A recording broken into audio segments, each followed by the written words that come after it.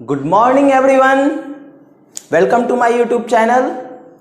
आज का आपका जो क्लास है लेक्चर नंबर 14। इसके पहले हम लोग पढ़ रहे थे एप्लीकेशन ऑफ गॉस लॉ और उसका दो एप्लीकेशन पर विचार ऑलरेडी कर चुके हैं। एक इनफाइनाइट लॉन्ग वायर के थ्रू कितना होता है और एक प्लेन शीट, ठीक है। तो तीसरी जो इसकी एप्लीकेशन है मींस इलेक्ट्रिक फील्ड जो निकालना है हमें, वो होलो स्फीयर हो सकता है, उसी को थिन सेल भी कहते हैं, होलो स्फीयर को ही, या फिर सॉलिड स्फीयर और उसमें भी कैसा, कंडक्टिंग, ठीक है। दो केस लेकर के हम लोग चलेंगे स्फीयर के केस में।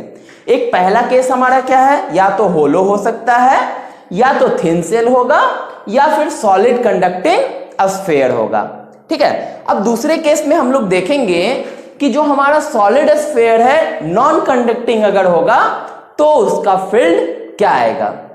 दोनों के बीच में थोड़ा सा डिफरेंस है, कंडक्टिंग नॉन कंडक्टिंग, ठीक है। तो होता क्या है एक्चुअली में, अगर हमारे पास कोई होलो स्फीयर है या थिन सेल है या कंडक्टिंग स्फीयर है, अब होलो स्फीयर में कंडक्टिंग रहे नॉन कंडक्टिंग रहे उससे कोई मतलब नहीं है, ठीक है। तो अगर इस तरह का हमारे पास केस है तो इसका मतलब होता क्या है कि इसके पास जो भी चार्जेस है ये इसके सिर्फ सरफेस पर ही लाई करेंगे, इसके सरफेस पर ही रहेंगे, सरफेस के अंदर नहीं, सरफेस के बाहर नहीं, सिर्फ सरफेस पर ही रहेंगे। ये डिफरेंस होता है, ठीक है। और जो नॉन कंडक्टिंग स्फीयर की हम बात करते हैं उसमें जो चार्ज का डिस्ट्रीब्यूशन होता है वो उसके सरफेस के साथ साथ पूरा उसके वॉल्यूम के अंदर पूरा डिस्ट्रीब्यूटेड होता है, इसीलिए दोनों का सिचुएशन थोड़ा सा अलग हो जाता है। तो एक एक करके देखेंगे कि किस तरह से किसमें फील्ड निकालना है और किस तरह से निकालना है।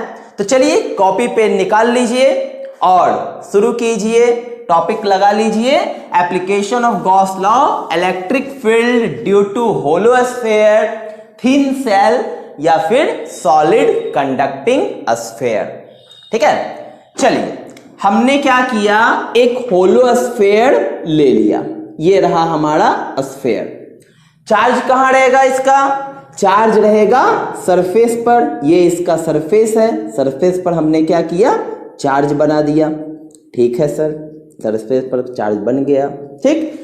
मान लेते हैं कि इसका जो रेडियस है वो r है, कैपिटल वाला, ठीक। अब हमको क्या चाहिए, r डिस्टेंस पर कोई पॉइंट है P, हमको उस पॉइंट पर इलेक्ट्रिक फील्ड चाहिए कितना होगा। अच्छा, ये जो पॉइंट P है ये कहां है, ये स्फीयर के आउटसाइड है कि नहीं, यानी कि हम पहला केस समझ रहे हैं आउटसाइड ऑफ द स्फीयर, ठीक है। जो भी हमारा है होलो स्फीयर है, थिन सेल है, सॉलिड कंडक्टिव स्फीयर है, जो भी स्फीयर है उसके आउटसाइड रीजन में, मींस क्या हुआ कि r का वैल्यू इसके रेडियस से, किसके, स्फीयर के रेडियस से तो ग्रेटर होना चाहिए, ये ज्यादा होगा ये कम होगा, r ग्रेटर देन r, ठीक है। इतनी बात तो समझ रहे हैं। हमको यहां पर क्या करना है, फील्ड निकालना है। चलिए अब इसके बाद हम लोग क्या करते हैं, हाँ इस बात का ध्यान रखना है कि कभी भी ये सिचुएशन आए इसका मतलब क्या होगा, चार्ज इज एट कहां, सरफेस, ठीक है। तो अगर सरफेस पर चार्ज है तो इसका चार्ज डेंसिटी क्या हो जाएगा, सिग्मा हो जाएगा।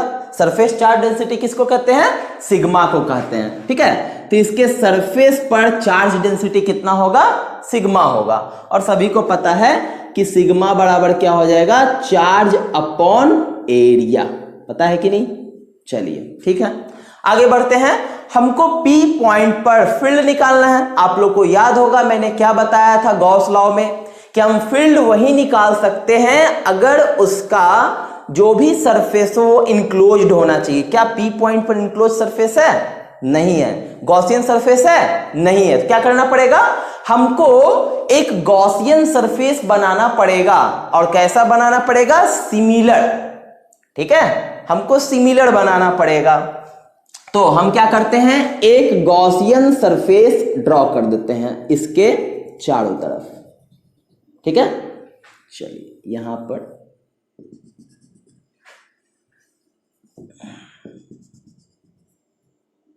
ठीक है, ये गॉसियन सरफेस है। कैसा सरफेस है? एक तरह का स्फेरिकल। ठीक है, ये रहा हमारा गॉसियन सरफेस। ठीक है, मान लेंगे कि हमारे पास एक गॉसियन सरफेस है जिसका रेडियस क्या है? रेडियस r है। ठीक, अब देखा जाए तो ये हमारे पास पॉजिटिव चार्ज है।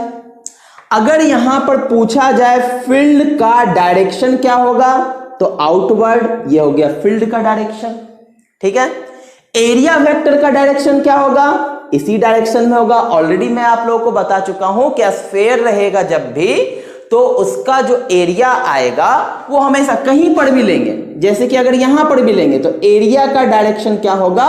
उसके सरफेस के परपेंडिकुलर होगा। ठीक है, फील्ड का डायरेक्शन भी क्या होगा?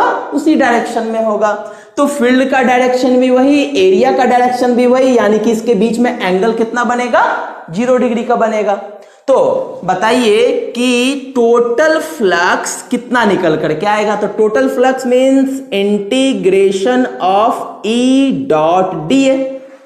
ठीक है, यानी कि E dA cos theta, theta का वैल्यू कितना है? 0 डिग्री है। उसके बाद क्या हो जाएगा? E फील्ड हमारे पास बाहर आ जाएगा, अंदर बचेगा हमारे पास इंटीग्रेशन ऑफ dA। cos 0 का वैल्यू कितना होता है? 1 होता है, तो cos खत्म हो जाएगा। इंटीग्रेशन जब हम हटाएंगे तो E इंटू क्या आ जाएगा हमारे पास? A आ जाएगा। ये किसका एरिया है? ये गॉसियन सरफेस का एरिया होता है। आप लोग को याद होगा, ये किसका एरिया होता है? गॉसियन सरफेस का एरिया होता है। गॉसियन सरफेस हमारे पास जो है ये है बाहर वाला। इसका एरिया कितना हो जाएगा? स्फीयर है, स्फीयर का एरिया 4 पाई r स्क्वायर। ये क्या निकल करके आया? टोटल फाई निकल करके आया। ठीक है, now according to Gauss law, अब गॉस लॉ क्या कहता है कि टोटल फ्लक्स जो होगा वो Q इनसाइड, मतलब जो टोटल चार्ज है इनसाइड, इनसाइड कहां? गॉसियन सरफेस के अंदर। ठीक है, जितना चार्ज है बाय एप्सिलॉन नॉट, यही तो था गॉस लॉ। गॉस लॉ तो इतना ही कहा था। ठीक, तो फाई टोटल का वैल्यू आ गया E into 4 pi r square. हमको चाहिए अंदर में कितना चार्ज है, तो ये तो पता नहीं कि अंदर में कितना चार्ज है, लेकिन एक चीज पता है कि अंदर चार्ज डेंसिटी कितना है? सिग्मा। ठीक है, बहुत है हमारे लिए। तो ऐसा करते हैं, चलिए सिग्मा यहां पर है हमारे पास, तो सिग्मा के पास कितना चार्ज है? सिग्मा के पास जो भी चार्ज है वो इनसाइड का चार्ज है, तो हम लिख सकते हैं Q inside upon area. Q inside ये वाला है ना, ये टोटल चार्ज, और सिग्मा सिर्फ इस सरफेस पर है, तो एरिया लेंगे तो इस सरफेस का एरिया लेंगे। बात को समझिए, यहां पर भी एरिया का टर्म आया है और यहां पर भी एक एरिया का टर्म आ रहा है जब चार्ज डेंसिटी की हम बात कर रहे हैं। तो चार्ज डेंसिटी जिस पर है उसका एरिया का ये बात कर रहा है। ठीक है, और ये जो हमारे पास है ये किसका? गॉसियन सरफेस के एरिया का बात करें, क्योंकि हम गॉसियन सरफेस से ये ड्रॉ किए हैं। ये E डॉट dA कहां से आया? गॉसियन सरफेस से आया, इसलिए गॉसियन सरफेस का एरिया लिए। और यहां पर हमारे पास जो चार्ज डेंसिटी है वो इससे आ रहा है, अंदर वाले स्फीयर से आ रहा है। ठीक है, ये यहां पर चार्ज है, तो हमको अंदर वाले स्फीयर का ये एरिया चाहिए। ठीक, तो कितना आ जाएगा निकल करके? Sigma equal to Q inside upon 4 pi r square हो जाएगा। ठीक है, और यहां से हम कह सकते हैं कि that is Q inside equal to sigma into 4 pi r square. दिखाई दे रहा है? चलिए ठीक है, आप लोगों को दिखाई दे रहा है? तो हमारे पास ये हो गया, थोड़ा सा बड़ा लिख देता हूं, Q inside equal to sigma into 4 pi r square.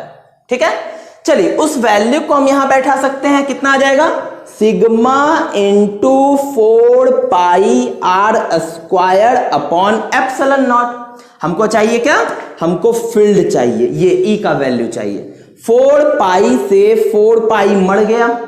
ठीक है, हमारे पास क्या बच गया, हमारे पास बच गया E इक्वल टू कितना, sigma upon epsilon not into r square बट्टे आर का स्क्वायर। ये हमारे पास वैल्यू आ गया।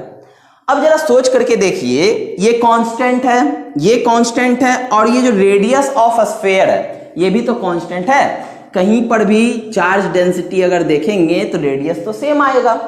मींस हम वैरी क्या कर सकते हैं, हम वैरी कर सकते हैं आर का वैल्यू, छोटी वाली आर का वैल्यू, छोटी वाली आर का वैल्यू मींस ये हम इसको दूर कर सकते हैं, नजदीक कर सकते हैं, ठीक है, छोटी वाली आर को वैरी कर सकते हैं। तो इसका मतलब क्या पता चला कि ये जो हमारे पास है इलेक्ट्रिक फील्ड कहां पर आया है, आउटसाइड ऑफ द स्फीयर। तो इसको ऐसे लिख देते हैं, ई नॉट से इंडिकेट कर देते हैं, ओ फॉर आउटसाइड, ठीक है। तो ये हमारे पास आया इनवर्सली प्रोपोर्शनल ऑफ आर का स्क्वायर, ठीक है। तो ये चीज हमारे पास निकल करके आई, ठीक। तो इतनी बात को तो आप लोग आसानी से समझ गए होंगे कि क्या था क्या नहीं था, ठीक है। कोई दिक्कत, कोई दिक्कत नहीं, ठीक है। अब दूसरे केस में देखेंगे कि अगर हमारे पास ये गॉसियन सरफेस या फिर इस जो स्फीयर है हमारे पास उसके इनसाइड में अगर चलेंगे तो इलेक्ट्रिक फील्ड कितना मिलेगा हमको। अच्छा, इस चीज से एक चीज और क्या पता चलता है कि हम जैसे जैसे आर का वैल्यू बढ़ाते जाएंगे फील्ड का इंटेंसिटी क्या होगा, कम होता चला जाएगा। बिकॉज कैसा प्रोपोर्शनल है, इनवर्सली प्रोपोर्शनल है, ठीक है। चलिए इसको जल्दी से नोट कर लीजिए। चलिए आगे बढ़ते हैं इसके दूसरे सिचुएशन पर, केस नंबर 2। अब की बार इनसाइड, ठीक है, अंदर की तरफ मान लेते हैं। चलिए अंदर की तरफ इतनी दूर पर हमको चाहिए फील्ड, ठीक है। यहीं पर एक पॉइंट ले लिए तो क्या करना पड़ेगा, एक गॉसियन सरफेस ड्रॉ करना पड़ेगा। तो कोई बात नहीं, आराम से गॉसियन सरफेस ड्रॉ कर दिया गया है, ठीक है। इसका रेडियस कितना है, आर है, और ऑब्वियसली हम यहां पर कह सकते हैं कि आर का वैल्यू इस बार रेडियस से क्या होगा, छोटा होगा, क्योंकि ये अंदर चला गया है पॉइंट, ठीक। अब इसके बाद हम यहां पर देखना चाहेंगे कि इस पर, इस पॉइंट पर इलेक्ट्रिक फील्ड कितना आएगा, हमको ये पता करना है, ठीक है। तो चलिए सबसे पहले हम फ्लक्स निकालते हैं। फ्लक्स का वैल्यू, फ्लक्स टोटल बराबर होता है इंटीग्रेशन ऑफ ईडीए, ठीक है, इंटीग्रेशन ऑफ ईडीए। चलिए अगर यहां पर फील्ड का डायरेक्शन और एरिया वेक्टर देखा जाए तो दोनों कैसा है, सेम डायरेक्शन में, ठीक। तो हम यहां पर क्या कर देंगे, यहां पर हम लिख सकते हैं E into D A cos 0 degree, ठीक है। अब यहां पर बताइए cos 0 का वैल्यू क्या हो जाएगा, फिर से 1 हो जाएगा, यानी कि E integration of D A into A हो गया, ठीक है। चलिए अब क्या करते हैं, नाउ अप्लाई करते हैं Gauss law. Now according to Gauss law, Gauss law का कहना था कि फाई टोटल बराबर होता है Q inside upon epsilon not. इसका वैल्यू कितना निकल करके आया, E इंटू ए, ठीक है, E इंटू ए निकल करके आया, ठीक है। अब बताइए कि Q इनसाइड मतलब जो टोटल चार्ज हमको लेना रहता है किसके अंदर, गॉसियन सरफेस के अंदर। गॉसियन सरफेस हमारा है ये, क्या इसके अंदर आपको कोई भी चार्ज दिख रहा है, हमको कोई भी चार्ज नहीं दिखाई दे रहा है। इसका मतलब है कि इसके अंदर का चार्ज हो गया 0, और 0 बटा समथिंग क्या होता है, 0। इसका मतलब फील्ड कितना निकल करके आया इनसाइड में, ये निकल करके आया 0। मींस अगर हमारे पास कोई होलो स्फीयर है, या फिर सीधा सीधी समझ करके चलिए कि चार्ज का जो डेंसिटी है सिर्फ अगर उसके सरफेस पर है तो अंदर की तरफ फील्ड क्या आएगा, 0 आएगा, ठीक है। बाहर की तरफ कितना आएगा, बाहर की तरफ कितना निकल करके आया था, बाहर की तरफ निकल करके आया था E outside equal to sigma upon epsilon not r square upon r square. क्या यही आया था, ठीक है, ये निकल करके आया था बाहर की तरफ। तो हमने देखा कि जैसे जैसे हम बाहर में दूर जाते गए इसका फील्ड क्या हो रहा है, घटते चला जा रहा है। सरफेस से जैसे जैसे अंदर जा रहे हैं, सरफेस के अंदर गए, ठीक है, कहीं पर भी अंदर में पॉइंट लेंगे, अगर आर का वैल्यू रेडियस से छोटा है क्या मिलेगा हमको, फील्ड 0 मिल जाएगा। मतलब अंदर में 0 और बाहर जा रहा है तो भी क्या हो रहा है, ये घटते जा रहा है, डिक्रीज करते जा रहा है इसका फील्ड, ठीक है। इसका मतलब है कि इसका इलेक्ट्रिक फील्ड जो होगा, मैक्सिमम जो होगा वो कहां होगा, सरफेस पर होगा, ठीक है। यानी कि दैट इज सरफेस पर इसका जो इलेक्ट्रिक फील्ड निकल करके आता है वो 1/4 pi epsilon not Q upon R square, ठीक है, जो कि एक पॉइंट चार्ज का, अच्छा यहां कैपिटल Q, ठीक है, जो एक पॉइंट चार्ज का जो हमारा फॉर्मूला है सेम टू सेम वही निकल करके आता है। सरफेस का मतलब क्या हो गया, R का वैल्यू R के बराबर हो जाना, ठीक है। ये जो डिस्टेंस हम ले रहे हैं वो कहीं नहीं लेकर के सरफेस पर लेकर के अगर ट्राई करते हैं तो ये हमारा ये रिजल्ट देता है। तो इस पर क्या हो गया, मैक्सिमम आया, अंदर गए मिनिमम हो गया, बाहर जैसे जैसे जाते चले जाएंगे वैसे वैसे ये क्या होते चला जाएगा, घटते चला जाएगा। अगर R को ले जाकर के इनफाइनाइट पर रख दें तो 1/∞ क्या हो जाएगा, 0, तो इनफाइनाइट पर जाकर के भी 0 हो जाएगा इलेक्ट्रिक फील्ड, ठीक है। तो इतनी सी बात थी पहले सिचुएशन में जब हमारे पास चार्ज कहां होता था, सरफेस पर होता था। क्लियरली समझ में आ गया आप सभी को, ठीक है, नोट कर लिया जाए, जल्दी से स्क्रीनशॉट ले लें आप सभी लोग। चलिए अब आते हैं कि इसका ग्राफ क्या होगा, ठीक है। तो हमारे पास इस तरफ ले लिया जाए इलेक्ट्रिक फील्ड है, इस तरफ R का वैल्यू है, ये ओरिजिन हो गया, ठीक है, और ये रहा हमारा स्फीयर, ठीक है, ये स्फीयर का सेंटर।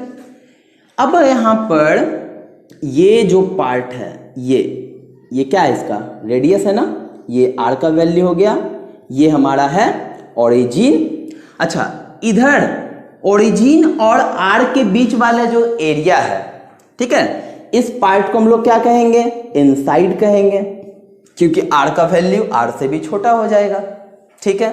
चलिए यहां पर इसका जो पॉइंट है ये क्या चीज आएगा, ये आएगा सरफेस वाला पार्ट जो R बराबर R के इक्वल है, ठीक है। और इसके आगे जैसे ही बढ़ेंगे, जहां तक बढ़ना चाहें, ये हो गया हमारा आउटसाइड का एरिया हो गया, ठीक। तो हमने देखा कि जब हम अंदर में R का वैल्यू जब R से छोटा था तो इसका फील्ड क्या था, 0 था, यहां पर डार्क कर दिया गया है, ठीक है। कहीं भी R का वैल्यू ले, E का वैल्यू कितना है, 0 है, ठीक है। सरफेस की जब हम बात करते हैं तो इसका फील्ड मैक्सिमम हो जाता है, ठीक है, सरफेस पर इसका फील्ड मैक्सिमम यहां पर आ गया, ठीक है, ये हो गया सरफेस पर, ठीक। और उसके बाद जब हम आउटसाइड की तरफ चलते हैं तो ये inversely proportional to R square से क्या करने लगता है, खुद को डिक्रीज करने लगता है, ठीक है, ये हो गया आउटसाइड का। तो ये रहा ग्राफ E वर्सेस R का, ठीक है, E वर्सेस R का ग्राफ, इलेक्ट्रिक फील्ड और डिस्टेंस किसके लिए, स्फीयर के लिए, ठीक है। तो ये हो गया आपका, तो नोट कर लिया जाए इसको। आगे चलते हैं, जब हम एक सॉलिड नॉन कंडक्टिंग स्फीयर लेंगे तो उसके लिए। चलिए चलते हैं दूसरे सिचुएशन की तरफ जहां पर हमें electric field solid non conducting sphere की वजह से निकालना है। आप लोगों को बहुत दिनों से कोई वीडियो नहीं मिल रही होगी, ना तो क्लास 11th की ना तो क्लास 12th की, बिकॉज थोड़ा सा मैं अनवेल था जिसके कारण से वीडियो नहीं शूट हो पा रहा था, ठीक है। खैर कोई बात नहीं, अब एकदम भला चंगा हो गए हैं, रेगुलरली वीडियो अपडेट मिलते रहेगा, आप लोग पढ़ाई करते रहें, बस मेरी यही एक तमन्ना है, ठीक है। चलिए, तो हमारे पास क्या है, एक सॉलिड नॉन कंडक्टिंग स्फीयर है। तो हमने क्या किया, एक सॉलिड नॉन कंडक्टिंग स्फीयर, ये अंडा कैसे बन गया, ये तो स्फीयर होना चाहिए था। चलिए ठीक है, मान करके चलते हैं, हालांकि अभी भी स्फीयर एग्जैक्ट नहीं बन पाया है। चलिए ठीक है, मिला जुला करके मान लेते हैं इस स्फेयर का रेडियस है r। अब हमारे पास नॉन कंडक्टिंग स्फेयर है जिसमें चार्ज पूरे वॉल्यूम में भरा हुआ होता है, मतलब चार्ज ऐसे इस तरह से पूरा अंदर में भरा हुआ है ऐसे, ठीक है, पूरा का पूरा। जैसे आप लोग तारबूज देखे होंगे, तारबूज में कैसे उसके अंदर का जो काला काला जो सीड्स होता है, जो बिया होता है, इसी तरह से क्या होता है, पूरी तरह से भरा हुआ होता है। उसका फल फ्रूट्स जो होता है क्या होता है, इसी तरह से भरा होता है। तो उसी तरह से हमारे पास सॉलिड नॉन कंडक्टिंग स्फीयर रहता है, तो पूरे वॉल्यूम में उसका क्या होता है, चार्जेस का डिस्ट्रीब्यूशन होता है। मींस अब यहां पर जो चार्ज का डिस्ट्रीब्यूशन होगा वॉल्यूम चार्ज डिस्ट्रीब्यूशन होगा, और वॉल्यूम चार्ज डिस्ट्रीब्यूशन को किससे इंडिकेट करते हैं, रो से। और सभी को मालूम है कि रो बराबर क्या होता है, चार्ज अपॉन वॉल्यूम। कौन सा वाला चार्ज, इनसाइड वाला चार्ज, ठीक है, याद है सभी को। चलिए अब उसके बाद सेम सिचुएशन, पहला केस लेते हैं outside of the sphere. Outside means चलिए r डिस्टेंस की दूरी पर हम कोई p पॉइंट ले लिए, तो r का वैल्यू बेसिकली ये क्या चीज, रेडियस से ग्रेटर हो जाएगा। क्या करना पड़ेगा हमको, एक गॉसियन सरफेस ड्रॉ करना पड़ेगा। तो हमने क्या किया, कोई बात नहीं, एक गॉसियन सरफेस ड्रॉ कर दिया, ठीक है। एक गॉसियन सरफेस वो कैसा होना चाहिए, सिमेट्रिक होना चाहिए, ठीक है। चलिए गॉसियन सरफेस ड्रॉ हो गया जिसका रेडियस क्या है, छोटी वाली r है, ये इसका सेंटर है, ठीक। अब हमने क्या देखा कि ये पॉजिटिव चार्ज के कारण इस पर जो फील्ड का डायरेक्शन होगा वो टुवर्ड्स आउटसाइड होगा, और स्फीयर होने की वजह से इसका एरिया वेक्टर का डायरेक्शन भी वही होगा। दोनों का डायरेक्शन सेम, यानी कि थीटा का वैल्यू 0। चलिए निकालते हैं टोटल फ्लक्स कितना आएगा। तो integration of E dot D A, यानी कि E D A cos theta, theta का value 0 means E integration of D A E into A. A means area, किसका एरिया, गॉसियन सरफेस का। हमारा गॉसियन सरफेस क्या है, ये वाला है हमारा गॉसियन सरफेस, ठीक है, जो हमने ड्रॉ किया है ये वाला, ठीक है। तो उस गॉसियन सरफेस का जो एरिया आएगा क्या 4 पाई आर स्क्वायर नहीं होगा, उसका रेडियस कितना है, छोटी वाली r, ठीक है, 4 पाई r का स्क्वायर। अब लगा देते हैं Gauss law, Gauss law according to, ठीक है, phi total equal to Q inside upon epsilon not, ठीक। चलिए अब उसके बाद फाई का वैल्यू तो निकल चुका है E इंटू 4 पाई r का स्क्वायर। अंदर में चार्ज कितना होगा, कैसे निकालेंगे, हमारे पास अंदर में चार्ज तो मालूम नहीं कि कितना है, ठीक है, काउंट नहीं कर सकते हैं, लेकिन ये तो पता है कि इसके पास डेंसिटी कितना है, चार्ज डेंसिटी इसके पास कैसा है, वॉल्यूम वाला है। वॉल्यूम चार्ज डेंसिटी होता है total charge upon volume, charge कौन सा, अंदर वाला, ठीक है। तो हम यहां से कह सकते हैं कि Q इनसाइड बराबर रो इंटू वॉल्यूम, ठीक है।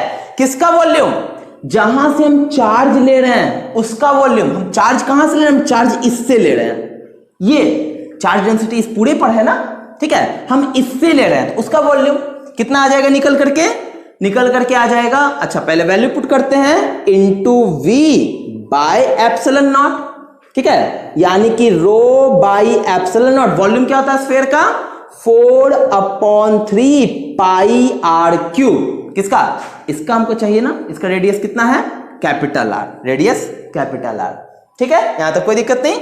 4 से 4 मर गया, पाई से पाई मर गया, हमारे पास फाइनली निकल करके आया E का value rho upon 3 epsilon not, और यहां पर बचा r क्यूब अपॉन r का स्क्वायर, ठीक है। ये निकल करके आया इलेक्ट्रिक फील्ड, कहां पर, outside of the solid non conducting sphere. ठीक है, तो थोड़ा सा डिफर है पुराने वाले से, है कि नहीं। अब यहां पर देखा जाए ये कांस्टेंट, रेडियस कांस्टेंट, यानी कि यहां पर फिर से सेम सिचुएशन आ गया है कि इलेक्ट्रिक फील्ड जो होगा, जो आर है उसके इनवर्सली प्रोपोर्शनल होगा। ठीक है, चलिए आसानी से समझ में आ गया होगा आप लोगों को, कोई कठिनाई नहीं हुई होगी। ठीक है, चलिए इसको स्क्रीनशॉट ले लिया जाए। नोट तो आप लोग करेंगे नहीं, देखने में बिजी होंगे। अब चलते हैं अंदर की तरफ। मान लेते हैं कि हमको इस आर डिस्टेंस पर यहां पर फील्ड पता करना है। ठीक है, एक गॉसियन सरफेस बनाया जाए। चलिए एक गॉसियन सरफेस हमने बना दिया। फिर से इलेक्ट्रिक फील्ड का डायरेक्शन बाहर, एरिया वेक्टर उसी तरह से बाहर, मतलब क्या हो जाएगा हमारे पास, फिर से एंगल का वैल्यू आ जाएगा 0 डिग्री। ठीक है, तो केस नंबर 2 दूसरा वकील को दे दिया जाए, जहां पर इनसाइड का केस चल रहा हो और आर का वैल्यू रेडियस से कम हो। तो फ्लक्स का वैल्यू कितना हो जाएगा, total flux integration of E D A cos 0 degree. समझ ही गए होंगे, सब में तो सेम सिचुएशन आ रहा है। ई बाहर इंटीग्रेशन ऑफ डी ए, यानी कि ई इंटू ए क्या था, गॉसियन सरफेस। कहां ड्रॉ किया हमने, ये वाला। इस गॉसियन सरफेस का एरिया लेना है। तो एरिया क्या होता है, 4 पाई रेडियस का स्क्वायर। रेडियस कितना है गॉसियन सरफेस का, छोटी वाली आर। चलिए ये आ गया, गॉस लॉ लगाते हैं। According to Gauss law, Gauss law हमारे पास phi total equal to Q inside upon epsilon naught. सबको तो याद हो गया होगा गॉस लॉ आसानी से। ठीक है, बार बार तो वही आ रहा है सर, याद नहीं होगा तो क्या होगा।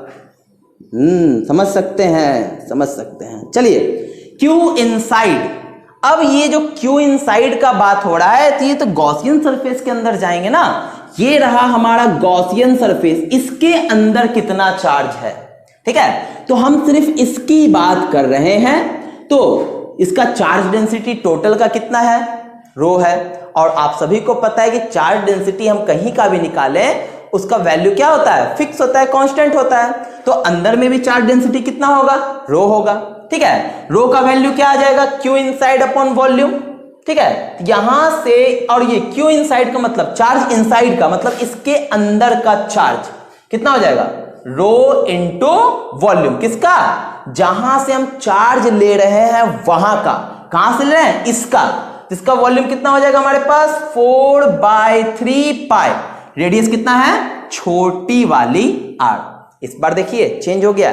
पिछले सिचुएशन में क्या था, हम इस पूरे के अंदर का ले रहे थे। ठीक है, चार्ज हम इस पूरे के अंदर का ले रहे थे, जिसका रेडियस कैपिटल आर था। इस बार रेडियस क्या है, स्मॉल आर है।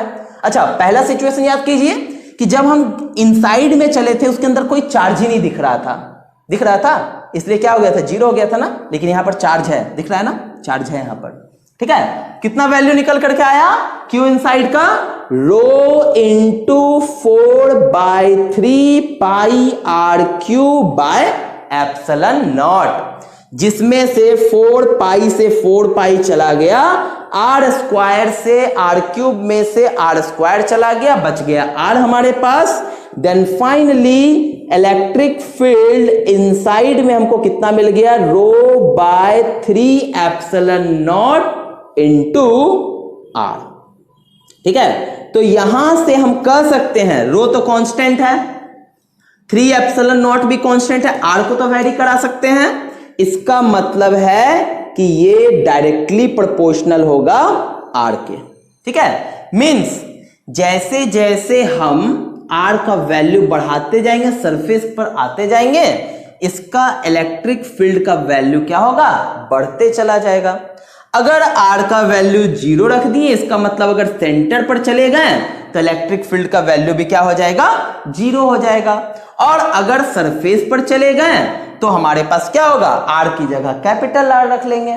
ठीक है, तो ये था आपका कि अगर हमारे पास कोई भी कॉम्प्लेक्स सॉलिड है, ठीक है, या कोई कॉम्प्लेक्स सरफेस है हमारे पास, तो उसका अगर हमको इलेक्ट्रिक फील्ड निकालना है तो हमने क्या किया कि गॉस लॉ को यूज किया।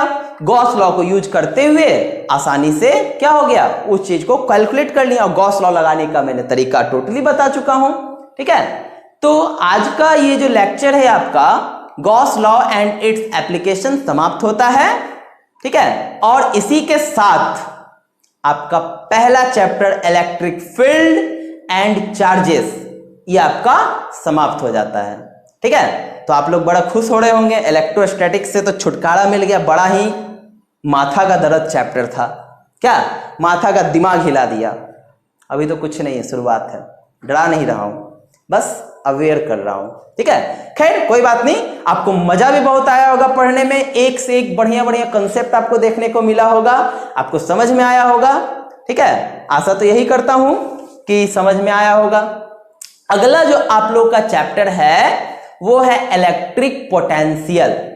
मतलब पूरा का पूरा यही कहानी फिर से शुरू होगा, बट इस बार फील्ड नहीं पढ़ेंगे, इस बार पढ़ेंगे पोटेंशियल क्या होता है, ठीक है। इलेक्ट्रिक पोटेंशियल और सारा चीज पोटेंशियल के बेसिस पर और वर्क डन का चर्चा होगा अगले लेक्चर से, चैप्टर नंबर 2, ठीक है। तो तब तक के लिए आप लोग पढ़ाई करते रहें और कंटिन्यूअसली बढ़िया से पढ़ाई करते रहें, एकदम जितना आपका हो सकता है उतना परसेंटेज दें पढ़ाई करने के लिए, ठीक है। चलिए तब तक के लिए आप लोग देखते रहें वीडियो को और जरूर से जरूर इसे सब्सक्राइब, लाइक और शेयर करते रहें।